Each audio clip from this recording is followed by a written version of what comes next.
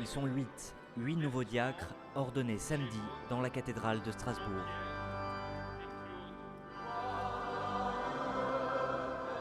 La célébration n'a lieu que tous les 2 ans et c'est l'archevêque en personne qui la préside.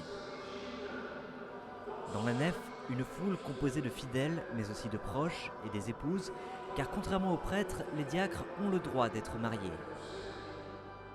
Je vois les choses avec beaucoup encore une fois, de sérénité, de confiance, on verra bien. Puis Christine est là aussi pour me rappeler qu'il y a une priorité qui reste quand même la famille. Mais on ne devient pas diacre en une messe, ce sont d'abord 2 années de réflexion, puis une formation théologique de 3 ans.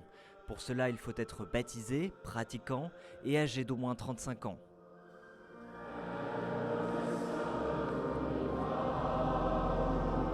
Une fois diacres, ils peuvent célébrer le mariage et le baptême, mais pas la messe, car leur rôle, c'est d'assister le prêtre.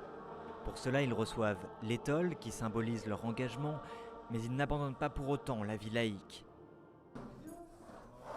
Jean-Claude est professeur au lycée, mais depuis 2 ans, il est aussi diacre. On va augmenter le niveau de difficulté. Les diacres sont des bénévoles, ils ont une vie sacrée et une vie publique, même si parfois les deux se mélangent un peu. Peut-être que le diacre, il a cette spécificité d'être aux articulations. Lorsque l'Église n'est pas exemplaire, lorsqu'elle fait un contre-témoignage, il y a eu des affaires autour de la pédophilie, bien sûr, les gens vont exprimer leur colère. Alors ce n'est pas contre moi, parfois c'est simplement aussi le fait d'être entendu.